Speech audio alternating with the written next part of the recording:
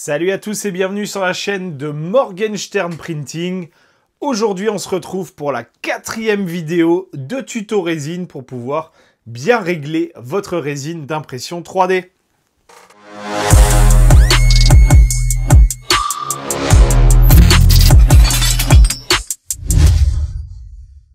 Cette vidéo est la 4e vidéo de formation de l'impression 3D résine. Tout simplement, c'est celle qui va vous permettre de continuer à régler correctement votre impression 3D résine et également de comprendre ce que vous faites en impression 3D résine. Les paramètres qui vont être abordés aujourd'hui sont un petit peu particuliers. Le premier paramètre s'appelle le paramètre de tolérance de compensation. Le second est dans la continuité de celui-ci et s'appelle le paramètre de tolérance de compensation des couches de base. Alors c'est un petit peu barbare. Le dernier paramètre, quant à lui, s'appelle parity différence ou différence de parité. On l'abordera très brièvement puisque ce n'est pas un paramètre extrêmement utile. Mais étant donné qu'il fait partie de la même section que les tolérances de compensation, je vous l'expliquerai également. Si vous n'êtes pas encore abonné à la chaîne, je vous invite à le faire dès maintenant en cliquant sur le bouton d'abonnement et également à activer la petite cloche des notifications pour ne louper aucune des prochaines vidéos. De la même manière, si vous n'êtes pas abonné à mes comptes Instagram et TikTok, je vous mets les liens dans la description de la vidéo où vous pouvez également me suivre. Enfin, pour terminer ce petit intermède, si vous souhaitez acheter une machine d'impression 3D résine, que ça soit celle utilisée dans cette vidéo, à savoir la Elegoo Saturn 4 Ultra 16K, qui est la machine avec laquelle je vous ai fait tous les tutos d'impression 3D résine, sachez que mon lien affilié est également dans la description. Bien entendu, si vous voulez acheter une machine d'une autre marque ou un autre modèle, vous pouvez également trouver dans la description mes liens affiliés, ce qui permettra non seulement de ne pas payer 1 centime de plus votre machine, mais par contre qui permettra de laisser un petit tips à la chaîne. Enfin, sachez que cette vidéo est une vidéo sponsorisée. Elle a été sponsorisée par une marque un petit peu particulière. Alors c'est la 2e vidéo qui est faite avec un sponsor un petit peu olé olé. Voilà, un petit sponsor de corrida. Mais néanmoins, voilà, c'est ça qui va me permettre également de financer tout simplement l'achat de nouveaux matériels vidéo. Donc s'il vous plaît, soyez indulgents. Et bien entendu, si les produits proposés par ce site vous intéressent, eh ben, je vous mets un lien dans la description. Mais on y reviendra un peu plus tard dans la vidéo. Avant de commencer les explications sur le paramètre de tolérance de compensation, le premier point à aborder est de savoir si vous avez déjà suivi les 3 premières vidéos de formation de réglage de votre résine 3D. Je vous le rappelle, le premier point à vérifier, ou en tout cas à connaître avant de commencer l'impression 3D résine, est de savoir quelle va être la qualité que vous souhaitez dans vos impressions 3D résine et donc quelle épaisseur de couche vous allez vouloir appliquer sur votre modèle. Donc si jamais je vous ai fait la première vidéo tuto qui va apparaître juste ici, c'est la première vidéo à aborder avant de vouloir passer à la suite. La seconde vidéo, je vous mets également le lien juste ici, aborde bien entendu les temps d'exposition, qui est le premier paramètre à régler une fois que vous avez défini votre épaisseur de couche, puisque c'est lui qui va déterminer globalement la qualité et le résultat final de votre impression 3D résine. La 3e vidéo qui vous permet de bien régler votre résine et qui est dans la continuité des 2 premières vidéos, c'est tout simplement le paramètre de temps d'attente. De la même manière, je vous mets le lien juste ici. Sachez que vous devez avoir vu ces 3 vidéos avant de regarder celle-ci, puisque celle-ci n'a strictement aucun intérêt si vous n'avez pas déjà réglé les 3 paramètres précédents pour votre impression 3D résine. Donc si vous n'avez pas regardé ces vidéos, je vous invite à les regarder dès maintenant et de revenir sur celle-ci plus tard. Si par contre vous avez regardé assidûment, déjà je vous remercie d'avoir regardé ces vidéos et bien entendu vous pouvez rester pour la suite de la formation. La machine qui a été utilisée pour cette vidéo est tout simplement la Saturn 4 Ultra 16K. Alors pourquoi cette machine? Tout simplement parce que c'est une machine qui est extrêmement simple de fonctionnement, qui m'a été fournie par Elegoo. Merci encore à Elegoo de m'avoir envoyé cette machine. Personnellement, c'est une machine que j'adore utiliser. C'est pour ça que je l'utilise pour vous former à la résine. Mais c'est également une machine très adaptée aux débutants puisque tout simplement, elle utilise moins de paramètres, notamment les paramètres de vitesse, puisqu'il n'y a que 2 vitesses sur cette machine, lente ou rapide. Alors, rapide, on s'entend, hein, mais néanmoins, vous n'avez pas à vous soucier des paramètres de montée et descente du plateau. Bien entendu, il va falloir qu'on aborde également ce point-là, des vitesses et montées de descente de plateau. Ça sera bien sûr l'objet d'une prochaine vidéo. Mais néanmoins, si vous achetez une Saturn 4 Ultra ou une Saturn 4 Ultra 16K, vous pourrez vous affranchir de ces paramétrages-là. Et c'est pour cette raison que j'utilise cette machine, puisque tout simplement, elle vous affranchit de beaucoup de problématiques du fait d'avoir le système de tilt. Bien entendu, si vous voulez plus d'informations sur cette machine, je vous mets le lien de la review complète de la Saturn 4 Ultra ici. Et si vous voulez en savoir plus sur la Saturn 4 Ultra en version 16K, je vous mets également le lien de la vidéo juste ici encore une fois.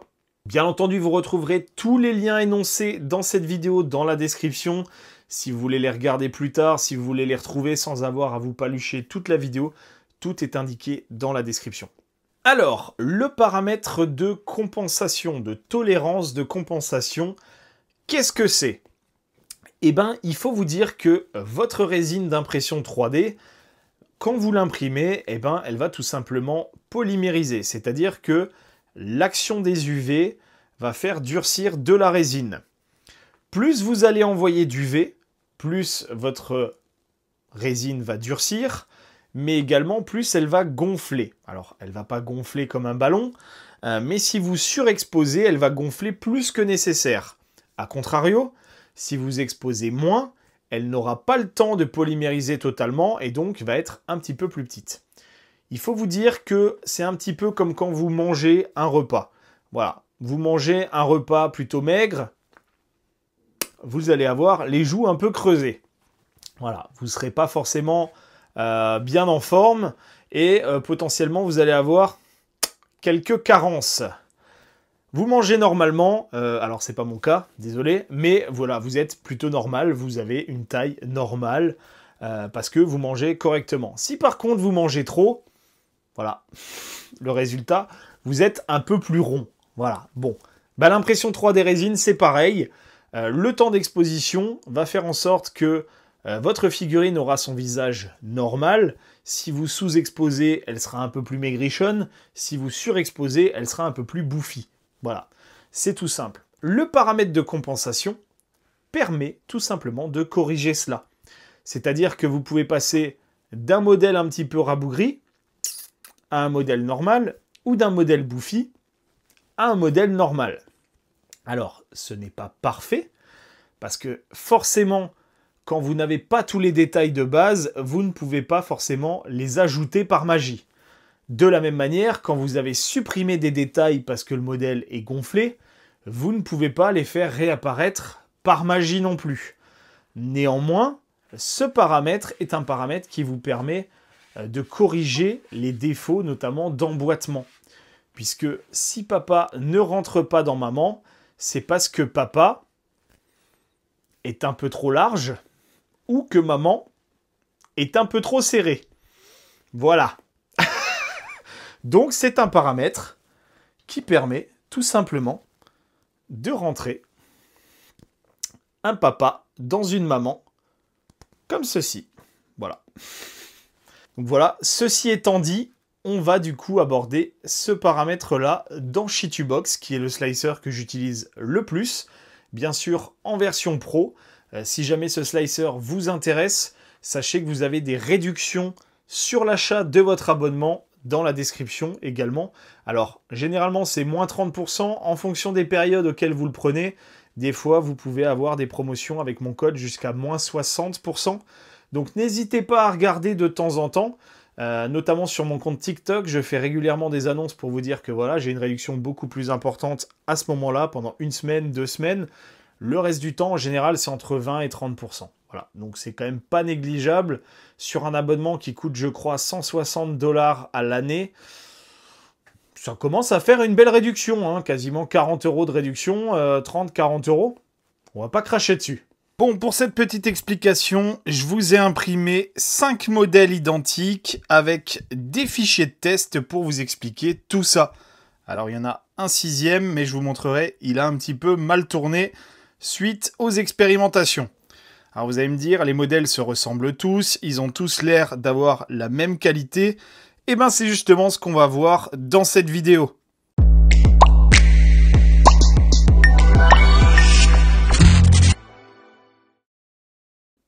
Alors, le premier modèle a été imprimé avec le temps d'exposition optimisé, le temps d'attente optimisé pour cette résine, hein, donc je le rappelle de la résine de chez Inslogic Isle Detail, imprimée sur la Saturn 4 Ultra 16K. Alors vous voyez, le résultat est déjà très propre, hein, il n'y a pas grand chose à dire. Honnêtement, les jointures sont belles, vous voyez ici, ici. Il y a un petit défaut d'alignement ici et on verra après comment corriger ça. C'est justement l'objet de la vidéo. On n'a pas trop de traces de support, hein, vous pouvez voir un peu partout. Voilà, c'est très propre. Franchement, c'est relativement bien. Par contre, ce qui n'est pas bon sur ce modèle, et pour vous l'expliquer, je vous ai fait un fichier de test de la calibration, de la compensation, enfin des tolérances de compensation. Donc c'est un petit fichier que j'ai créé et qui est disponible sur mon Culz 3D. Je vous mettrai le lien dans la description. Ce fichier permet de tester la conformité des dimensions et des emboîtements. Donc vous voyez ici, il y a marqué hein, 15 mm. Tac. Ici, il y a marqué 20 mm de large, 20 mm de large. Donc voilà. Et normalement, vous avez écrit également 15 mm dans ce trou. Donc, c'est-à-dire que la partie mâle doit rentrer dans la partie femelle. Les deux parties, largeur, hauteur, doivent faire 20 par 20. Et le cylindre doit faire 15, ainsi que le trou doit faire 15 mm. Voilà le problème. Le problème, c'est que ça ne rentre pas, papa ne rentre pas dans maman.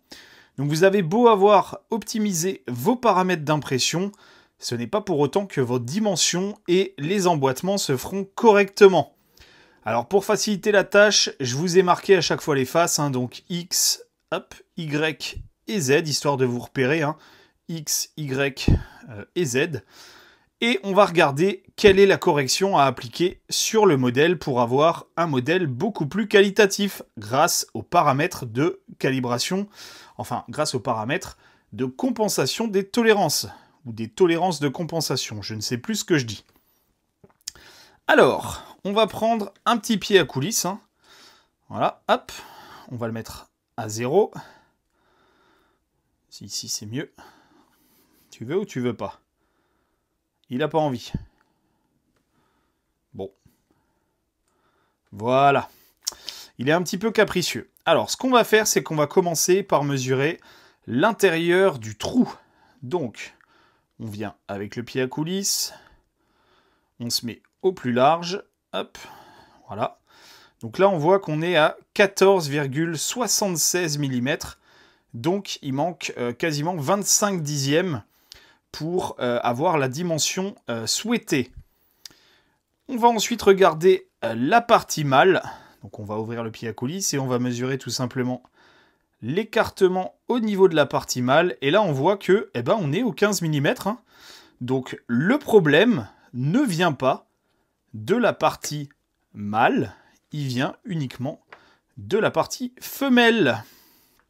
On va confirmer cette hypothèse ou l'infirmer en mesurant l'extérieur du cube. Donc de la même manière, on vient ouvrir, il doit faire 20.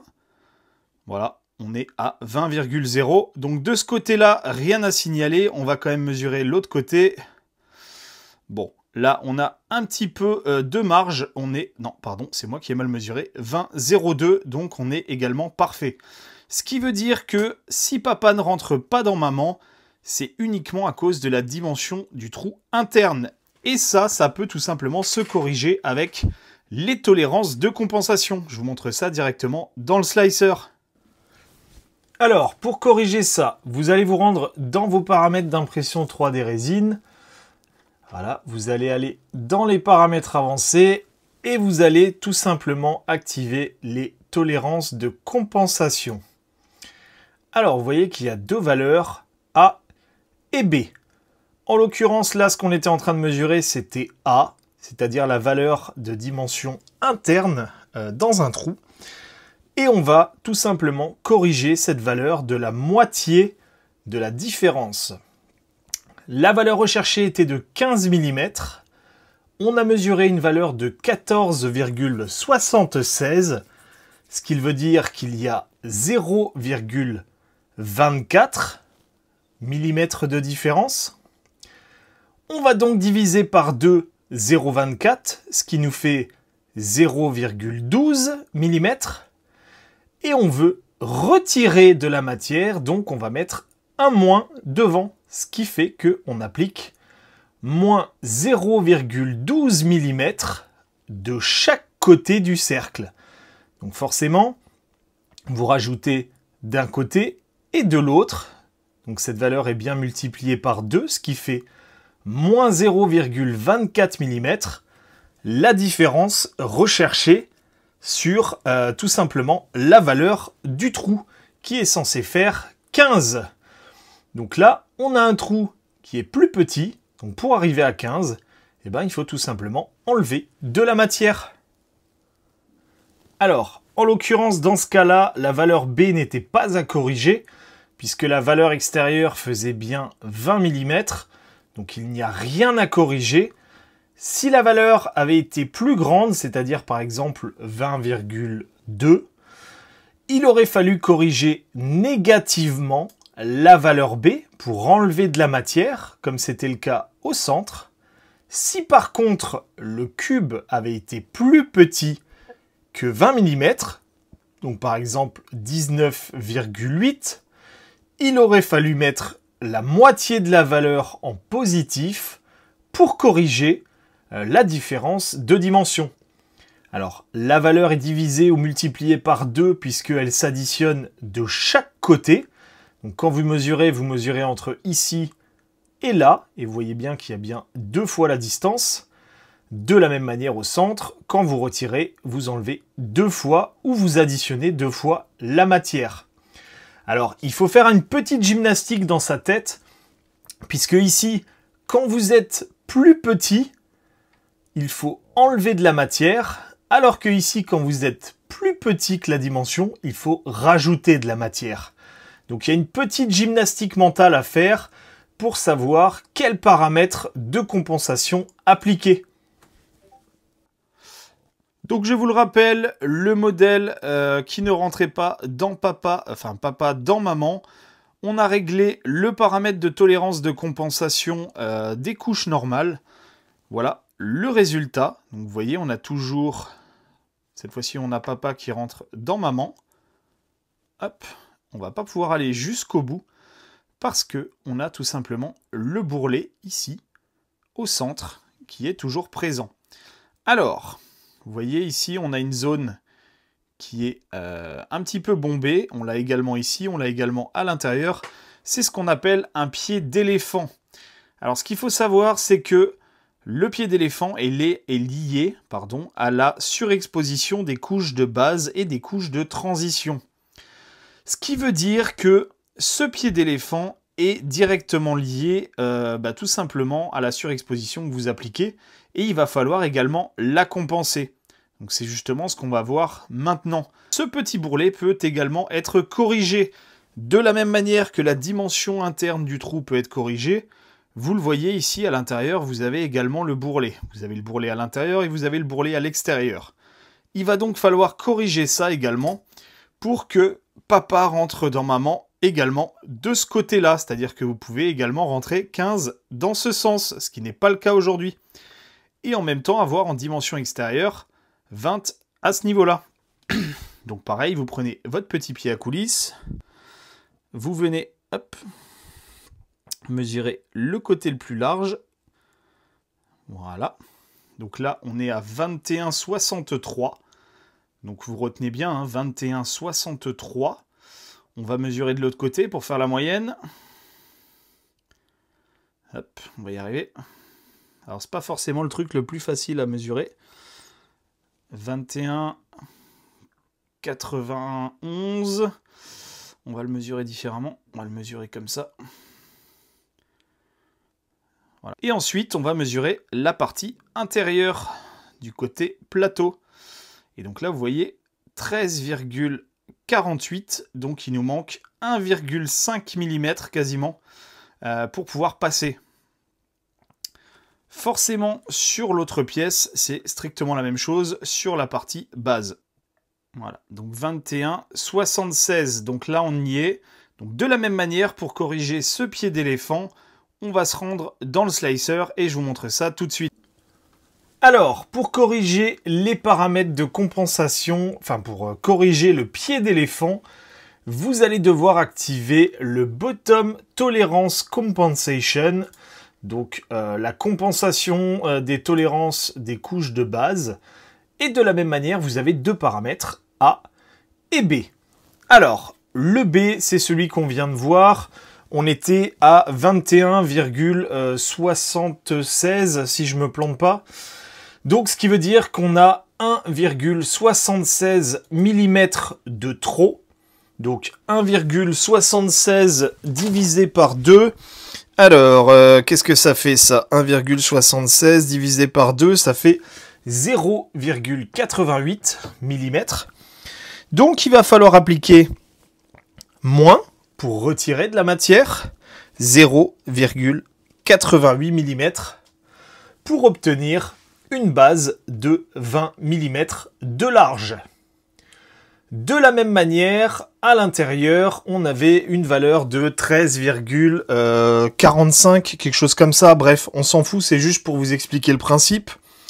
Donc si on a 13,46, allez, on va prendre un chiffre pair, ça sera plus simple. 13,46. Donc pour arriver à 15, il nous manque 1,54 mm. Donc on a 1,54 mm de trop qu'on divise par 2. Ce qui fait qu'il faut enlever moins 0,77 mm sur la valeur A des couches de base. Alors, quand vous avez corrigé ça, normalement, vous pouvez rentrer, hop, sans effort, du côté le plus problématique vers le côté femelle. Vous voyez, normalement, ça s'emboîte parfaitement. Il doit y avoir quasiment aucun jeu. Hein, là, vous voyez, c'est un montage un peu serré. Voilà, hop, ça rentre dans ce sens, ça rentre dans l'autre sens. Et vous voyez que c'est parfaitement aligné. Donc de ce côté-là, on a réglé le problème de papa qui rentre dans maman. Maintenant, la question, c'est est-ce qu'on a les bonnes dimensions, notamment au niveau du trou? Alors, logiquement, oui, puisque ça, on n'a pas touché à cette dimension. Donc normalement, il doit toujours faire 15. On va le vérifier. Hop.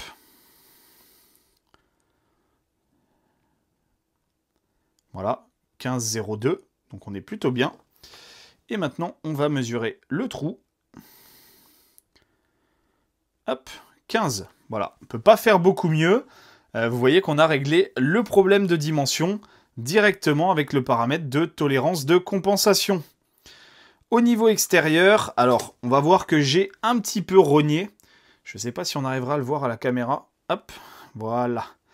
Alors, vous voyez ici maintenant, la partie basse, j'ai un petit peu trop rogné. Je vais vous montrer par rapport à avant. Voilà. Donc, avant, on avait ça. Maintenant, on a ça. Donc, vous voyez, là, j'ai un peu trop rogné avec le paramètre de tolérance de compensation, alors qu'avant, je n'en avais pas du tout, et donc j'avais un pied d'éléphant. Ce qu'il y a avec le paramètre de tolérance de compensation, c'est qu'il va compenser à la fois sur ce côté et à la fois sur ce côté. C'est-à-dire que la dimension que je lui aurais dit de corriger ici et ici, et bien sur le coin, vous voyez, vous allez avoir un arrondi. Tout simplement parce que ici, il va corriger deux fois. Donc, il va corriger là, et donc vous allez avoir cet arrondi.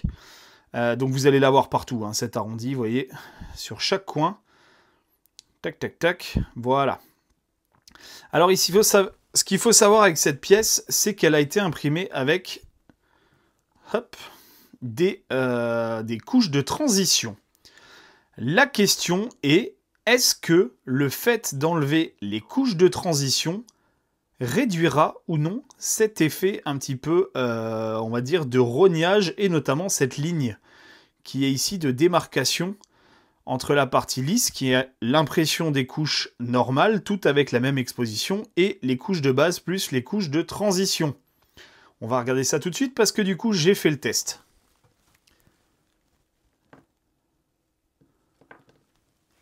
Hop. Alors, voici le même cube imprimé avec le même temps d'exposition, les mêmes paramètres de tolérance de compensation, mais sans aucune couche de transition. Vous allez voir que, voilà, le cube, alors je peux les enfoncer l'un dans l'autre, hein. Voilà, hop, ça rentre parfaitement. Il dépasse un peu, ça c'est normal. Par contre, vous voyez qu'on a réduit très fortement, hop, le petit bourrelet qui était au-dessus, juste là, vous voyez, ici et là, avec le fait de retirer les couches de transition. Donc si vous voulez un résultat beaucoup plus propre, il faut imprimer non seulement avec les paramètres de tolérance de compensation, supprimer les couches de transition, c'est-à-dire 0 couche de transition, avoir la bonne exposition, avoir le bon temps d'attente pour avoir une belle surface lisse, et vous aurez un résultat très très propre. Alors bien sûr, là j'y suis allé un peu bourrin sur la partie compensation, je n'ai pas voulu le changer pour pouvoir comparer justement ce qui était comparable, mais en soi il aurait fallu que je réduise un petit peu la compensation pour avoir un cube beaucoup plus propre, même si dans les coins j'aurais également eu ce petit arrondi. Alors, entre le tout premier fichier de Skaven que j'avais imprimé, qui avait quelques petits défauts, notamment au niveau des emboîtements des différentes pièces à l'arrière, je vous ai réimprimé la même figurine de Skaven, mais cette fois-ci avec les bons paramètres de tolérance de compensation. C'est-à-dire que là, vous n'en avez pas, là, vous en avez. Vous allez voir la différence. Alors, vous voyez déjà que les jonctions sont beaucoup plus nettes, beaucoup plus propres, ça s'aligne beaucoup mieux. Hop, voilà, on le voit ici, hein, au niveau de la jonction de 7 pièces, 7 pièces et 7 pièces. Là, vous voyez directement la jonction. Forcément, quand vous compensez le surplus de matière qui ne doit pas être là, eh ben, vous arrivez à avoir une impression qui s'emboîte beaucoup plus proprement. Alors, on va le voir également au niveau des détails. Alors, vous le voyez par contre sur la figurine de droite, les détails sont beaucoup plus nets. Les bords sont beaucoup plus tranchants. On va le voir par exemple ici, hein, au niveau du logo Skaven. Celui-ci est beaucoup mieux résolu que celui de gauche. Alors, ça c'est la figurine qu'on va garder maintenant comme référence, puisque c'est celle qui a les paramètres optimisés. On va maintenant se poser une question. Si j'avais surexposé mon modèle, c'est-à-dire que je ne m'étais pas amusé à chercher les paramètres d'exposition idéaux, je sais pas, bref, optimisés, quel serait le résultat? Donc forcément, vous vous en doutez, le cube va être dégueulasse, puisque si je surexpose, je vais avoir forcément des dimensions beaucoup plus grandes que ce qu'elles ne devraient être. Alors, pour comparer ça, j'ai imprimé, juste ici, la même figurine, mais imprimée avec un temps d'exposition plus élevé. Donc ici, 2 secondes, qui était le paramètre optimisé pour cette résine, pour la Saturn 4 Ultra 16K. Et ici, 2,5 secondes, soit 20% de temps d'exposition en plus par couche. Alors déjà, on va regarder la différence au niveau des modèles. Alors, franchement, c'est pas trop dégueulasse, hein, vous voyez, ça s'emboîte encore plutôt bien. Le résultat est quand même relativement propre, même si ici le logo, on le voit beaucoup mieux que là. Les côtes de maille, ici, par rapport à là, sont quand même beaucoup mieux résolues. Voilà, globalement, ça reste potable à 2,5 secondes. C'est pas une figurine qui est immonde, mais tous les détails sont beaucoup plus propres et beaucoup plus prononcés quand vous avez le bon temps d'exposition. Mais c'est pas ça qui va nous intéresser. Donc, ok, elle est surexposée. Maintenant, on va regarder les dimensions du cube. Je ne sais pas si vous vous rappelez des dimensions avant tolérance de compensation ou après tolérance de compensation. Hop, on va regarder le cube associé. Alors, le cube associé, il est juste ici. Alors, vous en doutez, hein, papa ne rentre pas dans maman, mais alors pas du tout. Hop, on va décaler ça. On va mesurer. Alors, au niveau de papa. Alors, au niveau de papa, on voit qu'on est à 14,97 ou 15. Donc, de ce côté-là, ça n'a pas trop bougé. Honnêtement, on n'a pas pris trop d'épaisseur hein, du fait de la surexposition. Vous voyez, on est à 14,96, etc. Sur la partie basse du cube, on est à 20,02. Bon, ça n'a pas bougé énormément. Donc, de ce côté-là, ça n'a pas trop bougé. C'est plutôt stable. Donc on voit déjà que le fait de surexposer ne va pas forcément générer, en tout cas avec ce niveau d'exposition, une différence énorme de dimension. Au niveau de maman, on va regarder alors la dimension du trou. Hop, on va se mettre au plus large, 14,80. De ce côté-là, c'est à peu près pareil, hein, il n'y a quasiment pas de changement, un tout petit peu plus, bon bref, voilà. Et ensuite, ici, hop, pardon, 20,06, voilà, on est 20,05, on est équivalent, il n'y a quasiment pas de matière en plus. Donc le fait d'augmenter l'exposition des couches normales n'a que très peu, mais alors très peu d'incidence sur une dimension, en tout cas de 1,5-2 cm. Voilà. Mais néanmoins, vous pouvez également avoir les problèmes de paramètres de tolérance de compensation à régler, puisque là, les emboîtements ne fonctionnent pas. Alors pourquoi est-ce que j'ai fait ce test? Bon, ça je m'en doutais hein, que ça ne rentrerait pas, ça changerait strictement rien. Mais l'objectif était de voir si la surexposition générer énormément de différences entre les deux. Donc, ce qu'on va faire, c'est qu'on va regarder hop, la figurine optimisée, la figurine surexposée, et on va regarder la différence de qualité. Alors, honnêtement, voilà. On pourrait se satisfaire de cette figurine sans problème. Elle serait très acceptable. Honnêtement, il n'y a rien qui empêcherait cette figurine d'être appréciée. Bien sûr, moi personnellement, j'aime avoir des emboîtements picobello au poil de cul, que ça rentre comme papa dans maman. Donc, certes, la figurine n'est pas dégueulasse, c'est acceptable et vous pouvez très bien vous satisfaire de ça. Mais si vous voulez des beaux emboîtements, à un moment donné, il va falloir bosser et vos paramètres d'exposition et vos paramètres de tolérance de compensation. La question, c'est est-ce que le fait d'avoir surexposé et d'ajuster vos tolérances de compensation sur un modèle surexposé va générer des différences. Puisque là, je me posais quand même une question. C'était, est-ce que le paramètre de tolérance de compensation, mais surexposé, va faire en sorte que, peut-être, en corrigeant avec quasiment la même valeur, hein, l'emboîtement ne se fasse plus. Voilà, donc du coup, eh ben, on a imprimé, hop, donc ça c'est la surexposée, une nouvelle figurine qui est ici, et qui est la surexposée, mais avec le paramètre de tolérance de compensation pour pouvoir compenser les valeurs de ce modèle-là. Verdict. Verdict, verdict. Alors, c'est plus dur, mais papa rentre dans maman. Voilà. Donc, vous avez la réponse. Alors, par contre, c'est du montage serré, hein. Donc, vous voyez, là, c'est un petit peu plus dur de rentrer papa dans maman. Et là, j'arrive même plus à le sortir, pour vous dire. Putain, c'est du montage au poil de derche. Donc, voilà. Donc, le fait d'avoir un modèle qui est un peu surexposé va quand même, on va dire, fausser les résultats, même si normalement, il ne devrait pas. Mais vu que vous n'avez pas une dimension uniforme, hein, puisque au lieu de faire 2 par exemple, ça va faire 2,05.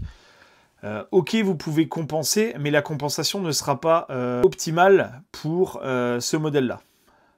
Voilà, c'est un petit peu plus serré, mais papa rentre parfaitement dans maman. Et à mon avis, je suis même capable hop, de le rentrer entièrement jusqu'au bout si je pousse un peu. Non, j'arrive pas.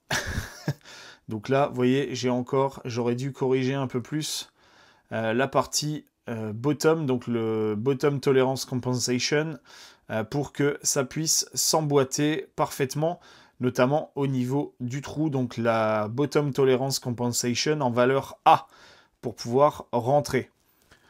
Bon, voilà, petite expérience, ça mangeait pas de pain, je me suis dit que c'était intéressant.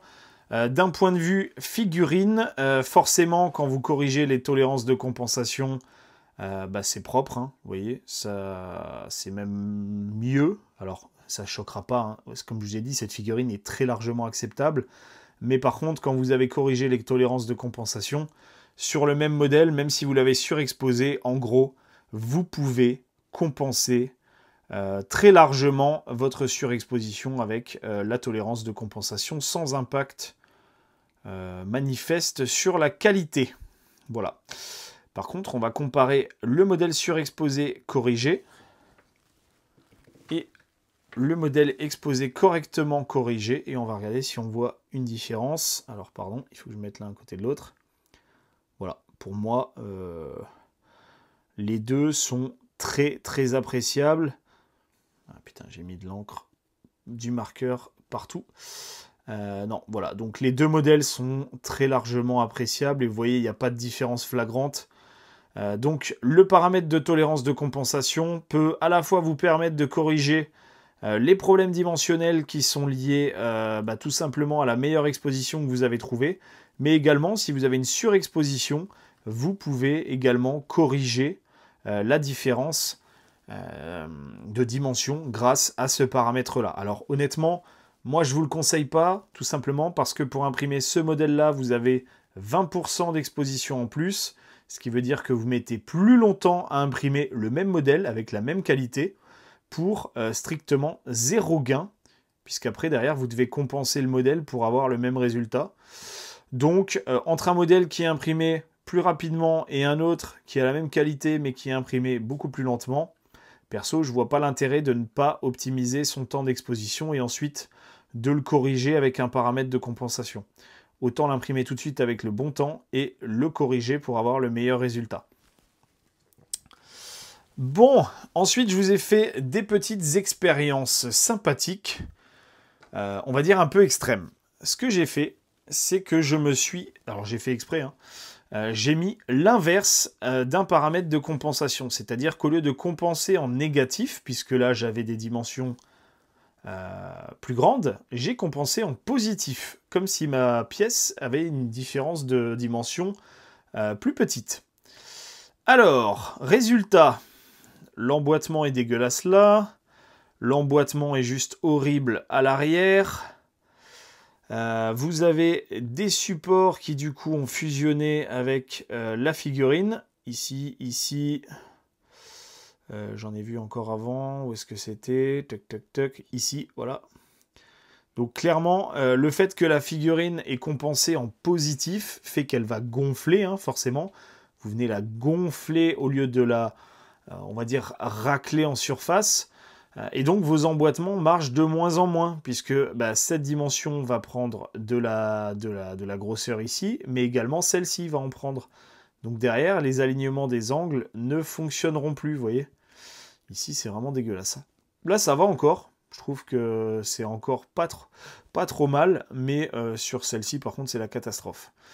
Alors, je vais quand même vous la comparer avec la meilleure de toutes. Et ne me dites pas que celle-là, elle est mieux, parce que clairement, elle est dégueulasse. Hein. Alors, certains se satisfont de ce résultat-là en résine. Regardez juste la résolution du crâne, ici et là. Voilà. Vous avez juste l'explication en regardant ces deux crânes. Et vous comprenez que ça, c'est du bullshit. Et que ça, c'est la vie. Voilà, la résine, c'est ça, c'est pas ça. Voilà, ceux qui impriment comme ça, ils devraient aller au bûcher. Bref, voilà, donc clairement, si vous vous trompez, vous allez vite le voir, puisque tout simplement, votre figurine va être un peu bouffie. Vous allez perdre des détails. Vous voyez, au niveau ici hop, des côtes de mailles. Alors, on les voit toujours parce que j'ai pas non plus forcé, hein, j'ai mis que 0,1, plus 0,1, alors qu'ici, je suis à moins 0,1. Mais bon, c'est pas non plus fifou, quoi. Vous voyez, c'est le crâne, là, il est dégueulasse. Là, il est beau. Là, il est dégueulasse. Enfin, à un moment donné, on peut pas se satisfaire de ça, quoi. Bon, ça, c'était le premier essai. C'était de se dire, ok, je le fais en positif. Si vous voulez savoir si vous êtes planté, moi, je vous conseille toujours, quand vous faites du paramètre de compensation, d'imprimer ce petit cube, hein, qui, je le rappelle, est disponible sur mon compte Kulz 3D. Et vous verrez tout de suite, hein, papa rentre pas dans maman, on a les pieds d'éléphant, donc c'est qu'on s'est planté. C'est-à-dire qu'on a fait plus au lieu de moins. Voilà. À l'inverse, du coup j'ai fait l'inverse. À l'inverse, si vous compensez trop, voilà, voilà ce qui va se passer. Papa va rentrer dans maman, hein, très très bien même, hein, il va très bien rentrer, hein, vous voyez, il y a du jeu. Hein. Par contre, vous allez tellement rogner que vous ne verrez même plus... Alors attendez, il faut que je reprenne le bon cube. Il est où? Vous ne verrez même plus les inscriptions, puisque toutes les surfaces vont être rognées. Hein. Donc ici, vous voyez, le Y qui ressemble plus à un zigouigoui, les X qui ressemblent plus du tout à des X. Donc vous allez perdre tous les détails si vous décidez de compenser trop. Donc vraiment, l'impression de ce cube est très utile pour savoir si vous avez compensé comme un bourrin. De toute façon, vous le saurez également très vite, puisque voici à quoi correspond le modèle qui est trop compensé. Donc vous avez le modèle optimisé ici, le modèle qui est trop compensé à droite. Voilà, là on voit plus rien, hein. Il reste pas grand chose. Vous voyez, la queue elle est toute rachitique par rapport à là, puisque tout simplement il a rogné tout autour de la queue, tout autour de toutes les parties du modèle, à tel point que clairement on voit même plus les dents, on voit plus aucun détail. Donc trop compensé, c'est pas bon parce que derrière vous perdez tous les détails et ça ressemble plus à rien. Tout le reste de la figurine ne s'est même pas imprimé, hein. Honnêtement, il y a tout qui était foiré. Je vais vous montrer l'impression juste ici. Voilà, je pense que ça parle de soi-même. Donc, trop compenser la tolérance, c'est pas bon. Le faire dans le mauvais sens, c'est pas bon. Voilà. Donc voilà, clairement, les 5 figurines sont acceptables. C'est pour ça que c'est un paramètre avancé. Ce n'est pas le premier paramètre d'impression 3D résine sur lequel vous allez pouvoir jouer. Mais néanmoins, vous avez des paramètres qui peuvent être optimisés. Entre, ok, j'ai réglé correctement mon temps d'exposition, mais pas ma compensation. Et là, j'ai réglé les deux. Eh ben, vous avez un gain, notamment au niveau des emboîtements qui sont beaucoup plus propres. De la même manière, si vous n'avez pas réglé votre temps d'exposition correctement, mais que vous voulez quand même corriger vos emboîtements, vous voyez ici, c'est beaucoup plus propre que là, eh ben, vous pouvez le faire avec votre paramètre de compensation. Voilà, tout simplement. Bien entendu, si vous vous trompez, vous ne le verrez pas forcément sur votre figurine, puisque votre figurine n'est pas forcément ultra détaillée. Ici, c'est du figurine Warhammer.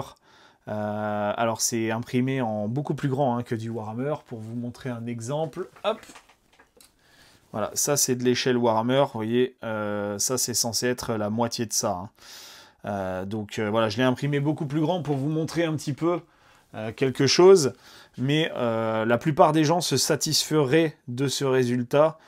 Moi, personnellement, voir des trucs comme ça là, qui fusionnent avec le modèle, alors que c'est les mêmes supports. Hein. Regardez. C'est strictement les mêmes supports d'impression 3D qui ont été utilisés. Là, vous avez tous les supports qui fusionnent avec le modèle, alors que là, le modèle, eh ben, il est propre. Ça vous permet également d'avoir un retrait des supports qui est beaucoup plus quali, si vous ne vous trompez pas sur le paramètre de compensation. Donc vraiment, imprimer ces petits cubes, honnêtement, ça fait 2 cm de haut, hein, c'est très vite imprimé. Sur une figurine comme ça, ou même hop, sur une figurine de Warhammer, vous voyez, vous mettrez la moitié du temps de votre impression de figurine Warhammer. Vous aurez déjà imprimé ce cube-là, et au moins vous saurez si vous vous êtes planté ou pas. Ça consomme très peu de résine. Donc c'est vraiment un petit modèle qui est très pratique à faire. Et une fois que vous êtes picobello sur les paramètres, vous n'avez plus besoin de l'imprimer. Hein. Donc voilà. Maintenant, il y a peut-être une question que vous vous posez à laquelle je n'ai pas encore répondu. Est-ce que le paramètre de compensation s'applique au support? Voilà. Donc ici, vous avez les paramètres, enfin, vous avez les supports du premier modèle. Hein, donc temps d'exposition optimisé, mais pas de paramètre de compensation. Le deuxième, vous avez le temps optimisé et les paramètres de compensation. Ici, vous avez les mauvais paramètres de compensation, c'est-à-dire l'inverse de ce que vous auriez dû faire. Ici, le temps qui n'est pas optimisé et pas de paramètres de compensation. Et enfin, le temps qui n'est pas optimisé, mais des paramètres de compensation. Donc ce sont strictement les mêmes supports. Alors c'est bien parce que regardez, il y en a un là qui est tout seul. Partout, ici, là et là. Et du coup, on va mesurer si la compensation et le paramètre s'appliquent au support. Alors je pense que vous avez déjà la réponse, mais on va quand même le montrer, parce que le mieux c'est quand même de vous le montrer noir sur blanc. Moi je m'appelle Thomas, donc je suis comme Saint Thomas, je crois que ce que je vois. Donc ici, on va prendre le pied à coulisse et on va mesurer l'épaisseur d'un support. Donc ici, 1 mm, ça tombe bien, c'est ce que j'ai paramétré dans le slicer. Donc le support fait 1 mm d'épaisseur. Logiquement, si j'avais appliqué un paramètre de compensation en B, il devrait se retrouver sur celui-ci. Alors, maintenant si on prend le temps non optimisé, on va prendre le support qui normalement doit faire 1 mm. On va le mesurer. Hop. Et vous voyez, il a un petit peu grossi le coquin. Donc il fait 1,02 mm. Donc il a pris 2 dixièmes, hein, c'est pas non plus fifou, honnêtement. Sachant qu'un cheveu c'est 50 microns, là on est sur 20 microns de plus. Voilà, on est grosso modo un tiers de l'épaisseur d'un cheveu en plus. C'est que dalle. Là où on va pouvoir voir l'effet, c'est ici. Puisque ici, eh ben, j'ai volontairement mis un paramètre de compensation positif. C'est-à-dire que sur le B, j'ai mis une compensation positive pour faire gonfler le modèle. Je ne sais pas si vous vous en rappelez, hein, le modèle est beaucoup plus bouffi. Donc là, logiquement, la logique voudrait que le support soit plus épais. Par contre, on a le temps optimisé là-dessus. Je n'ai pas touché au temps, qui est strictement le même qu'ici, donc 2 secondes. On va regarder quelle est l'épaisseur du support.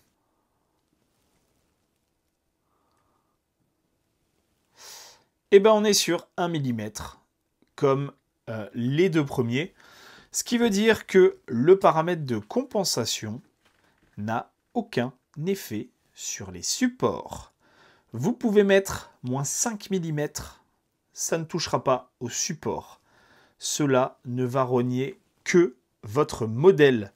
Donc Shitubox est assez intelligent pour savoir que la compensation ne s'applique que sur le modèle et pas sur les supports. Ce qui veut dire que même si vous avez optimisé vos paramètres de support, vous pouvez toujours changer les paramètres de compensation sans avoir d'impact sur vos paramètres de support. Et ça, c'est plutôt positif, puisque, en gros, dans les techniques avancées, ce que vous allez faire, vous allez d'abord gérer votre exposition. Enfin, non, d'abord, vous allez définir l'épaisseur de couche pour savoir la qualité. Ensuite, vous allez gérer l'exposition. OK. Ensuite, vous allez gérer le temps d'attente pour avoir les résultats les plus propres. Et ensuite, vous pouvez passer à la suite. Donc, vous pouvez passer au réglage de la vitesse et au réglage des supports. Ça, c'est, on va dire, le mode idéal. Mais vos emboîtements ne rentreront toujours pas. C'est-à-dire que vous pouvez toujours avoir papa qui ne rentre pas dans maman. Donc moi, je conseille de faire d'abord les paramètres de compensation, puisque ceux-ci n'auront strictement aucun impact sur les paramètres de vos supports. Donc que vous les fassiez avant ou après, autant régler tout de suite vos emboîtements en réglant les tolérances de compensation. Et comme ça, quand vous ferez vos paramètres de support, vous aurez déjà tout qui sera optimisé sur votre figurine et les supports sera juste la continuité logique du réglage tout simplement de votre résine.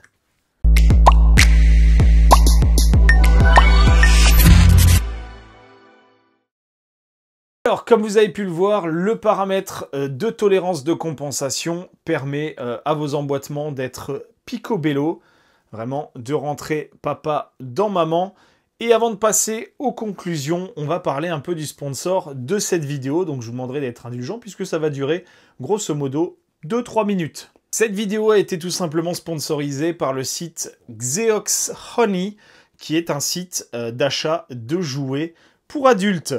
Vous pourrez trouver bien entendu tout pour faire plaisir à madame, tout pour faire plaisir à monsieur. Bien entendu, vous pourrez trouver des jouets pour toutes les orientations, que ça soit hétéro, bi, gay, peu importe, vous trouverez votre bonheur sur ce site. Et bien entendu, sur le site, vous en trouverez pour toutes les bourses. Voilà, comme quoi la vidéo de papa dans maman était parfaitement trouvée pour la sponsorisation de cette vidéo. Bien entendu, un grand merci à Xeox Honey d'avoir financé cette vidéo. Et bien entendu, si vous voulez vous faire plaisir, faire des cadeaux, que ça soit pour vous, votre compagne ou bien des amis, voilà, vous avez peut-être des amis très très proches, eh ben, vous pouvez faire vos achats directement sur le site Xeox Honey.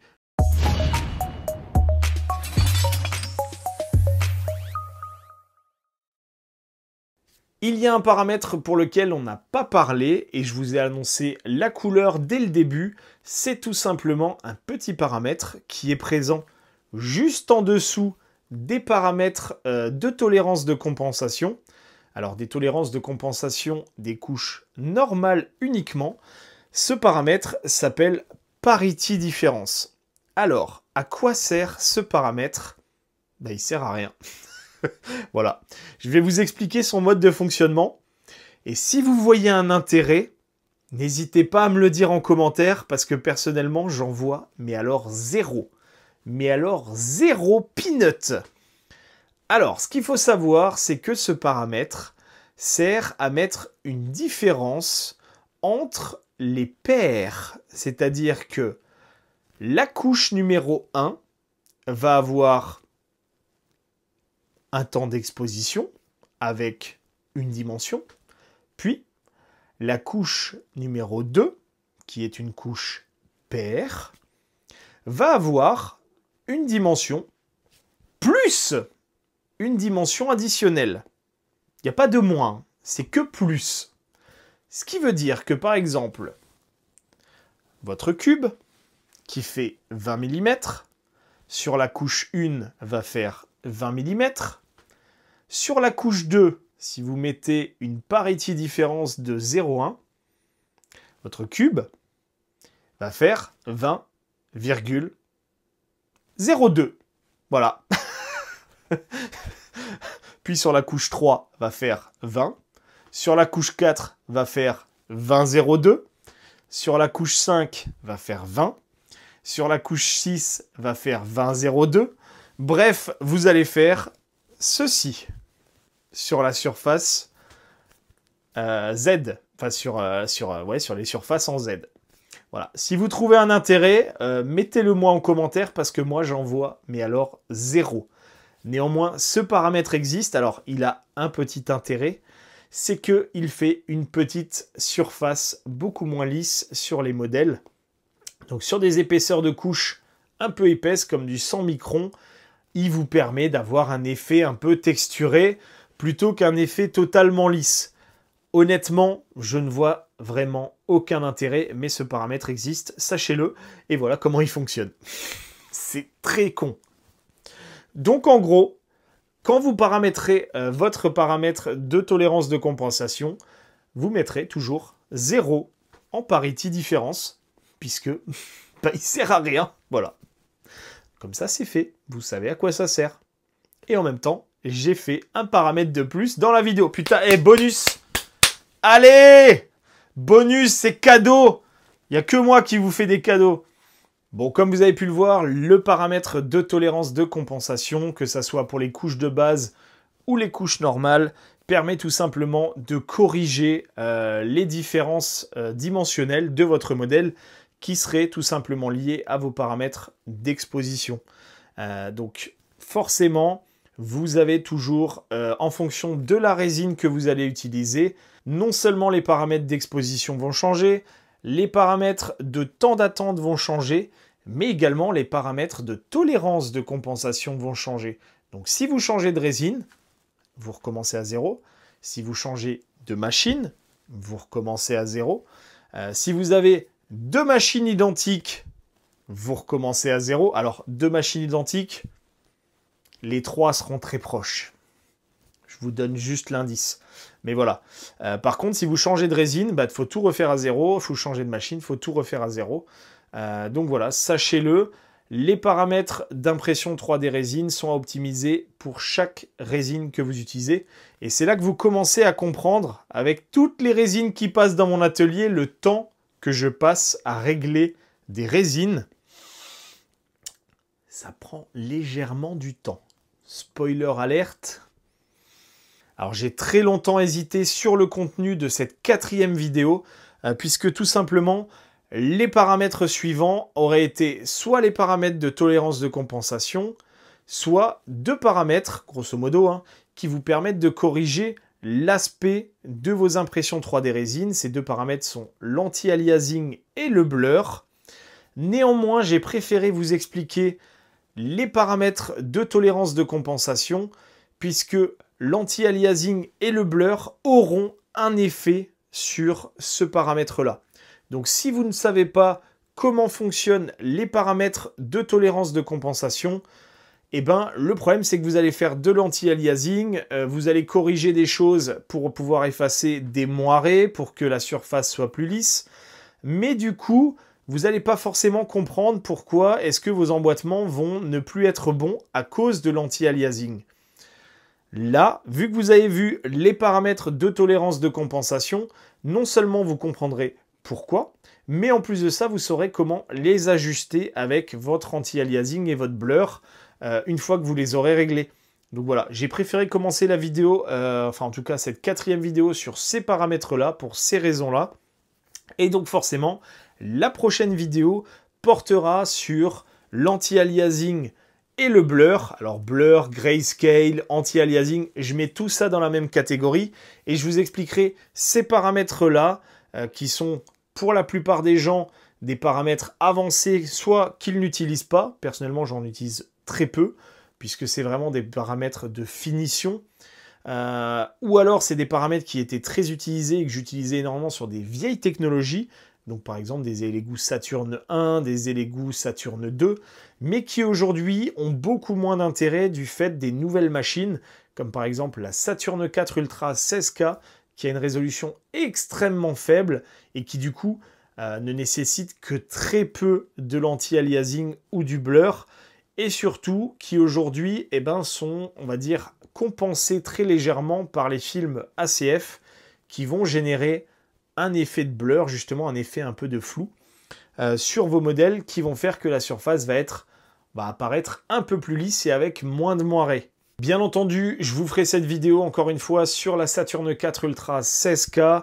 Donc, si cette machine vous intéresse et que vous voulez continuer à apprendre sur l'impression 3D résine, voilà, vous savez où ça se passe et je ne montre pas mon sgeg. Voilà, je montre la description. N'ayez pas l'esprit mal tourné, même si le sponsor de cette vidéo est un sponsor de jouets pour adultes. Fun fact, cette vidéo a failli être sponsorisée par un site encore plus corrida. Et elle a failli être sponsorisée par un site de fabrication de poupées taille réelle complète. Alors, j'ai longtemps hésité à faire ce partenariat parce que on m'a proposé, vraiment, je ne mens pas, c'est véridique. On m'a proposé de m'envoyer genre une meuf taille réelle, ou peu importe, enfin meuf, mec, peu importe, un truc taille réelle, tout équipé. Et de dire, oh ben, on vous sponsorise comme ça. J'ai dit, ouais, mais bon, ça paye pas les factures, ça paye pas un nouveau matos vidéo, donc non. Et puis j'ai dit, accessoirement, je suis marié, j'ai une femme. Je vois mal dire, écoute chérie, je t'ai trouvé une petite remplaçante pour de temps en temps, voilà, quand t'es pas dispo, tu sais. Mais t'inquiète, elle va pas bouger, elle restera là dans l'atelier. Non, Non. Alors ça aurait été très drôle, hein. J'aurais adoré recevoir ce truc-là et vous faire des vidéos un peu à la con, à faire du cosplay dessus, à faire des accessoires et tout. Mais honnêtement, c'est cringe et je me suis dit non, non, fais pas ça. Donc je l'ai pas fait. Mais j'avais la proposition, tout était écrit, machin, ils m'ont envoyé un contrat, machin. J'ai refusé. Par contre, du coup, ce qui est drôle, c'est que depuis que j'avais fait la première vidéo sponsorisation dans la vidéo numéro 3 sur les paramètres, eh ben, je ne suis que contacté par des boîtes en fait qui font ce type de produit pour des sponsorisations de vidéos. Donc voilà, ne soyez pas choqués si vous voyez des vidéos sponsorisées par ce genre de choses. J'essaye d'avoir d'autres types de sponsorisation. C'était le cas notamment sur la Elegoo Century Carbone, où là par contre j'avais été sponsorisé par une marque de bureau réglable en hauteur, bureau électrique. Donc voilà, sachez que j'essaye de faire au mieux en fonction des propositions qui arrivent dans ma boîte mail. Donc, si vous êtes un potentiel sponsor, que vous voulez sponsoriser mes vidéos, sachez que vous avez mon mail pour les collaborations dans la description également. Et peut-être que je pourrais montrer autre chose que les types de produits que je montre aujourd'hui. Voilà. D'ailleurs, en parlant de cadeaux, sachez que vous avez un jeu concours actuellement en cours sur Instagram pour gagner jusqu'à 5 kg de résine. En tout, il y a 9 kg de résine à gagner. Donc n'hésitez pas à faire un tour sur Instagram, vous pourrez gagner de la résine Jaillot. Alors c'est jusqu'au 27 mai 2025, donc si vous voyez cette vidéo après, malheureusement le concours sera déjà terminé. Par contre, il y aura peut-être des nouveaux concours sur la chaîne, en tout cas sur la chaîne Instagram ou TikTok, puisque c'est là-bas que je fais mes jeux concours. Donc voilà, si vous voulez une raison de me suivre sur ces comptes, vous avez les liens dans la description. D'ailleurs, si vous ne vous êtes pas encore abonné à mon compte YouTube et que cette vidéo vous a plu, que vous avez appris des choses sur l'impression 3D résine, je vous invite à vous abonner en cliquant sur le bouton d'abonnement et également à cliquer sur la petite cloche de notification si vous voulez ne louper aucune des prochaines vidéos.